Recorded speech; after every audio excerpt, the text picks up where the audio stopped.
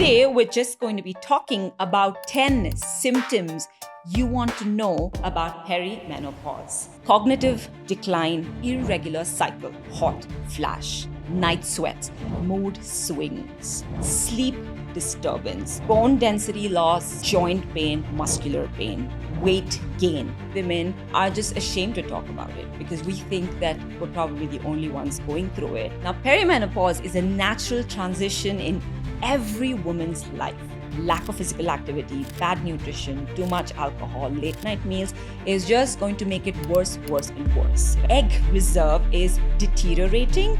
Estrogen and progesterone is fluctuating. Suddenly I'm happy, suddenly I'm sad. Why is this happening? Of course, because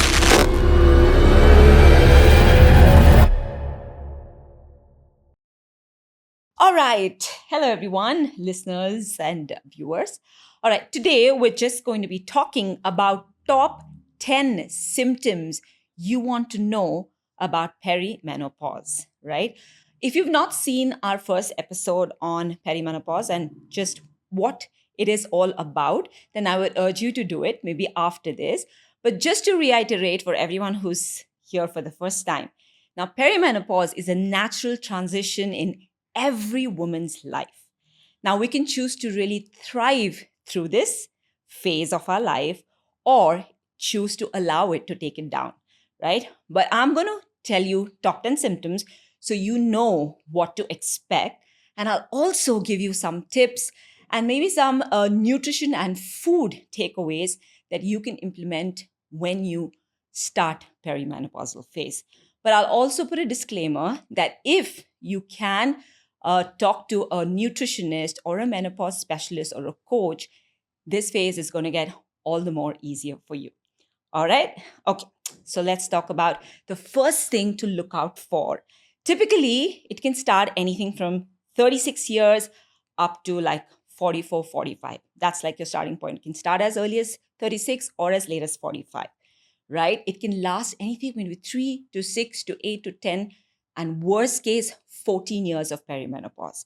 And menopause is that one single day where after 12 months of zero period, you hit that one day, which is called menopause. And then you become postmenopausal. Okay, now let's first address perimenopause. So the first thing is irregular cycle. All of us have a cycle, right? It could be a 26-day cycle, 28-day cycle, 30-day cycle also. Now, when that starts changing, it can become shorter, it can become longer. So when I say shorter, it can happen, you may get your periods like every 15 days or every 20 days. When I say longer, you may not get your periods for like 35 days, 40 days, 45 days. And it's not a 1 month thing. When it keeps recurring over and over again, you need to get it tested. Maybe you can do some hormone panel tests to see if your progesterone and estrogen has started fluctuating. And if you see that it is, that means that is the onset, right? Now, why is this happening? Of course, because our egg reserve is deteriorating. Estrogen and progesterone is fluctuating. Estrogen is our most dominant female hormone that literally, lets us be who we are. Now that's falling apart or reducing. So with this fluctuation, the first thing to see is irregular cycle. Now, what can you do? Foods that can actually help you, I would say keep a balanced meal first. Protein, complex carbs, healthy fats, all of this is very important.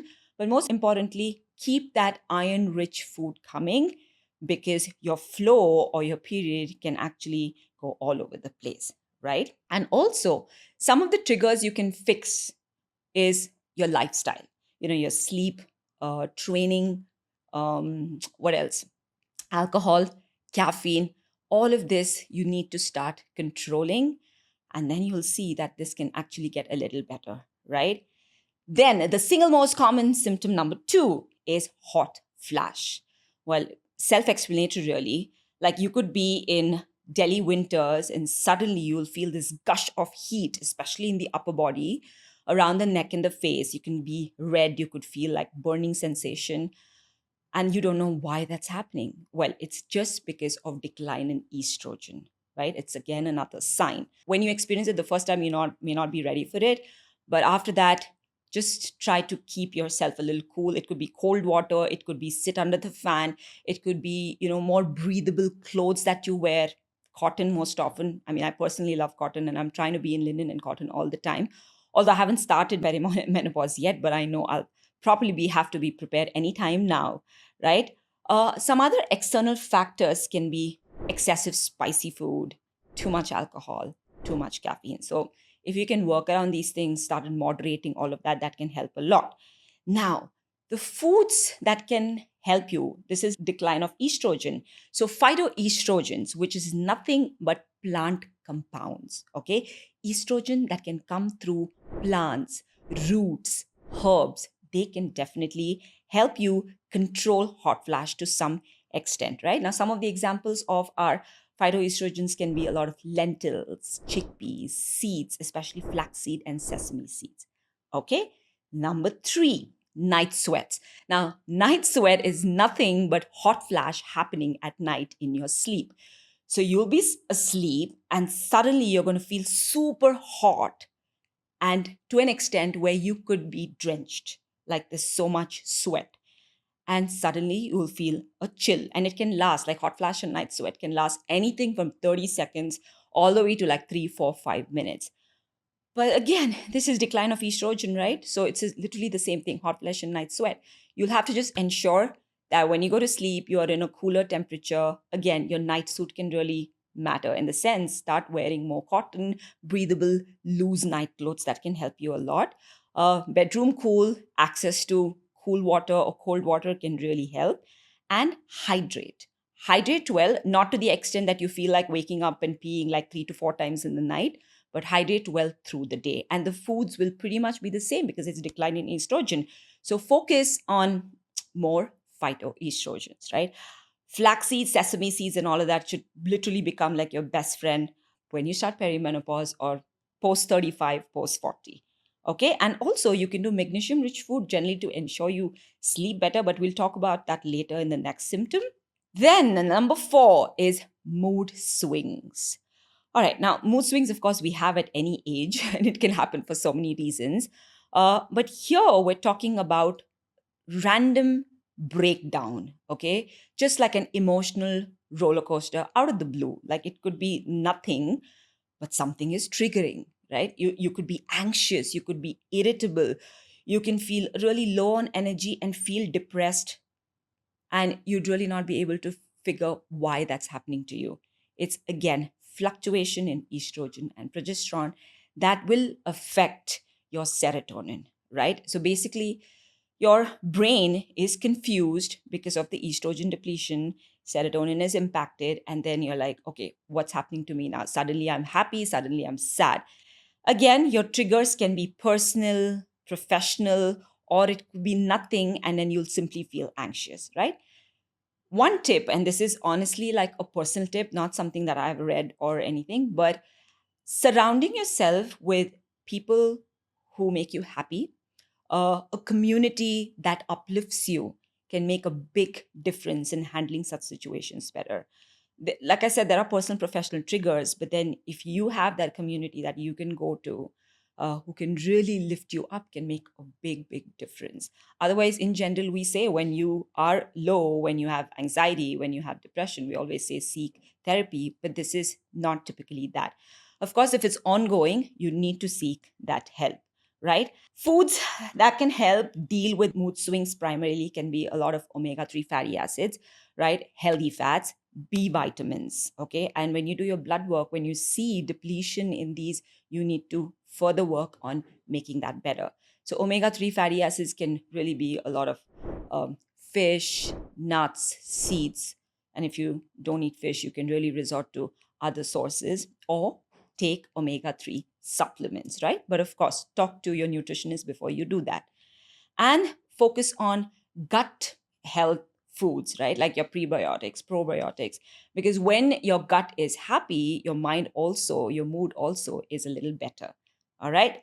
Number five, sleep disturbance. Now, this is not similar to your night sweats or anything, right? Yes, night sweats and hot flashes can cause sleep disturbance, but sleep disturbance on its own is a symptom, which means you either struggle to fall asleep, like you lay in bed and it takes you like 2 hours, 3 hours to fall asleep, or you wake up multiple times in between, or you wake up very early on, like maybe at 2 a.m., 3 a.m., and then struggle to fall asleep.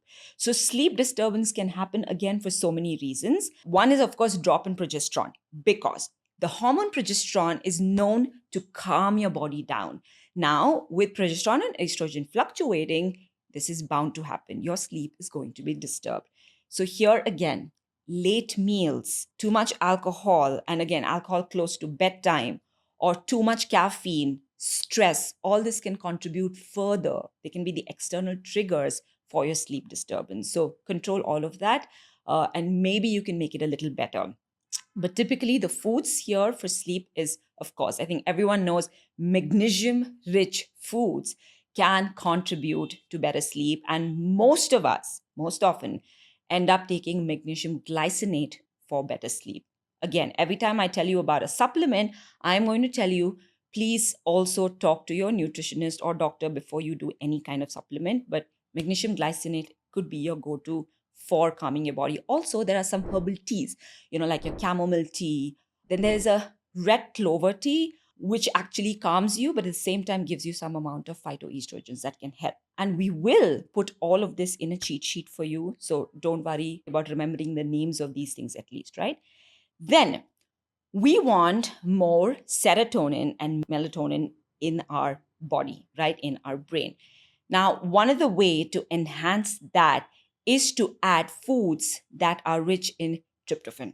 Okay, that can be nuts and seeds and eggs and soy, but tryptophan rich foods will actually help convert to serotonin and that to melatonin, which can help induce sleep. All right.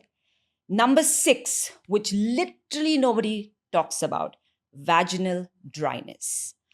Of course, we don't talk about it so much because most of us women are just ashamed to talk about it because we think that we're probably the only ones going through it.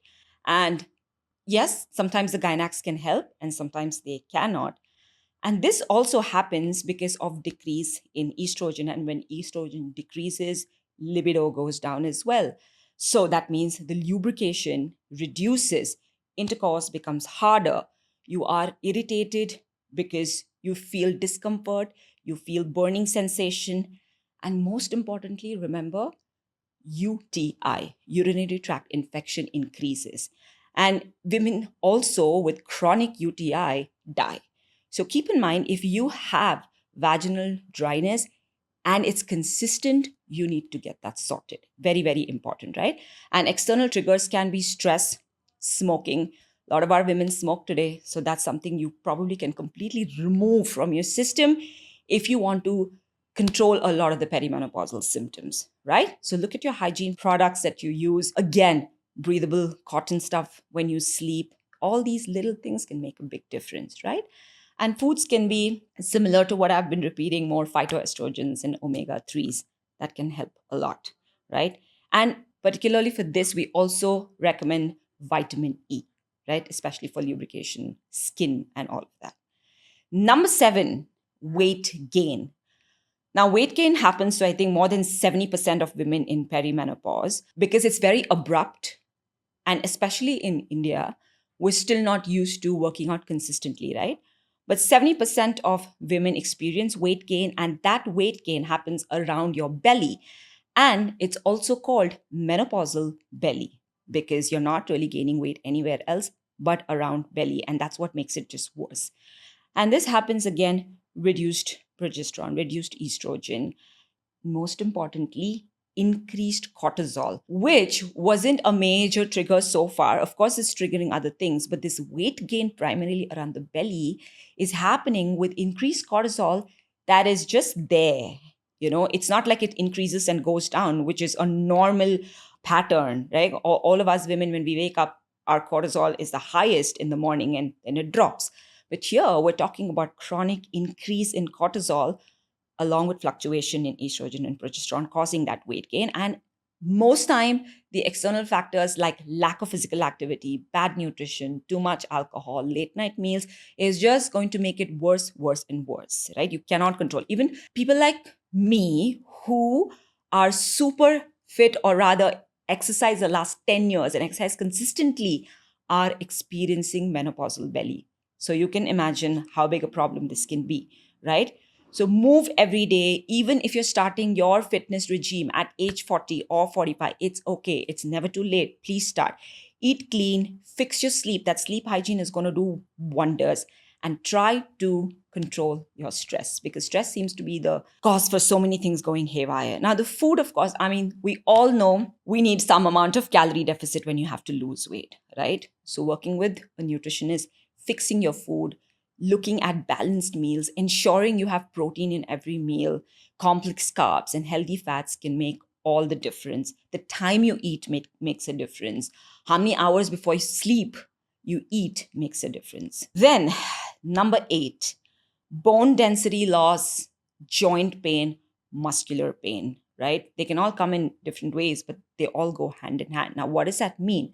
Now, we all have certain amount of bone mass in the body, and as we've discussed before, bone and muscle starts declining as early as 30 and it rapidly declines after 40. Now, when perimenopause hits, what happens is estrogen again declines, making calcium absorption harder, making bone rebuilding and remodeling harder, which means your bone starts thinning and bone starts weakening. So, yes, you need more calcium, but it's not just about calcium, right? So, you will see swelling in your joints, you will see more muscular cramps, you will see osteoporosis, osteopenia. Loss of muscle means sarcopenia. That's the term used for loss of muscle, right? And again, hormones are all over the place, causing decline in bone density. Now, the external factor is again, if you have zero strength training, if you don't focus enough on protein dense meals, they can be external factors. So, tips would be to reverse these things, right? But most importantly, now you need calcium, you need vitamin D, okay? They go hand in hand. If you just take calcium and if your vitamin D is low, that's not going to help you. So, calcium plus vitamin D, all right? So, focus first on getting it all through foods. Then you have collagen plus vitamin C, because for the absorption, you need it, right? Collagen for skin, for bone, all of that. Protein, omega 3, fatty acids, anti inflammatory foods, all of that is going to help you plenty. But it is known that celery, in particular, which most of us don't eat much, is supposed to give you a lot of minerals for bone. So maybe start adding celery into your meals, and that can do wonders, right? And a lot of anti inflammatory foods. And like I said earlier, just reiterating, we are going to explain to you about all the foods and supplements in our cheat sheet, and also put a disclaimer that talk to your nutritionist or doctor before you consume them. And last thing here is, when you take calcium supplements, please check with your doctor, because when you take too much calcium supplement and if it's not absorbed well by the body, it can create plaque in the artery, and you don't want that. Which takes me to point number 9, cardiovascular disease increases in perimenopause, menopausal women. And I'll tell you why. Generally, with less estrogen, your artery starts stiffening, your cholesterol worsens, and your inflammation rises, making you basically more susceptible to high blood pressure, heart attack, more plaque in the arteries, and strokes, right? If you have bad lifestyle, it's just going to make it worse. Eating badly, sleeping late, alcohol, smoking, and chronic stress is just going to make it literally irreparable, unless, of course, you reverse everything to fix it. So the tips will be, first of all, fix the external factors, right? And the second thing will be, start looking at your meals. Omega 3, healthy fats, walnuts, high fiber food, nuts and seeds. But it's also known that pomegranate, the fruit, can help clear some of those plaque in the arteries, right? So adding a little bit of pomegranate every day in any form can really, really help you. I've been doing that for a year now, generally because I also eat a lot of fruits. But now that we know that it has these factors that can help you with removing some amount of plaque in your artery, why not add it, right? And then a lot of antioxidant and anti-inflammatory foods for this. Last but not least, and this can be a whole different topic altogether, which we will get into, cognitive decline and brain fog. What is it? Well, your brain is generally going to age a lot faster with estrogen decline, because we need that estrogen for our neurotransmitters to really fire. Right now, estrogen decline means faster brain aging, which leads to brain fog, where we're talking about being forgetful, not remembering, what to do next. Like I've heard of situations where you walked into the office and you have, like an agenda, but you've forgotten what's the first thing you want to do. You completely blank out, right? You are processing information a lot slower. You're unable to focus. You're unable to concentrate. All of these are signs. And it can happen to all of us when we are sometimes overwhelmed with the amount of things we need to do. But this is not that. This is just it recurring over and over again, right? So watchful for those symptoms with brain fog. But there's a lot more with brain aging, like I said, which we will talk later, because it is linked to Alzheimer's. And I'm thinking, of course, because of dopamine decline and all of that, to even Parkinson's, which I'm not going to talk about now. Maybe we'll just get a doctor to talk about it. But then foods that you can focus on will again be balanced meals, protein, anti inflammatory foods, antioxidants, right? But that's like top 10. And before we close, and before we tell you that there is a cheat sheet that you can download for everything, if you've understood these symptoms, you need to start looking out for them, start journaling and making notes. Do not ignore any symptom, especially after 36, 37, and especially so after 40, starting with irregular cycles, because most of these can be contained. And it's also said that women, across the world in different cultures experience perimenopause very differently. Like it's said that women in Japan mostly don't even go through hot flash and night sweats, right? So it could be something in their food. It could be because they do so much greens, they do so much fish, so more omega-3 fatty acids just going into their foods every single day. A lot of steamed food, steamed greens, and steamed greens is supposed to contribute a lot to contain a lot of our perimenopausal symptoms. So it'll be very interesting to, for us to dive deeper into it to understand. And also, I think the Mediterranean diet helps a lot with containing a lot of the perimenopausal symptoms. So food can be your medicine, changing your lifestyle to make it better. And there are so many plant sources, so many herbs. Ayurveda is known to contribute a lot in controlling perimenopausal symptoms. Do your study, talk to your doctor, talk to a qualified menopausal coach if you have to. But the sooner you understand, the sooner you address, the more you will be able to thrive through this phase and not suffer. I hope this has helped. And please share it with as many women, as many men, because the more people know about the symptoms of perimenopause, the better it is going to be. Thank you so much for listening. Download your cheat sheet.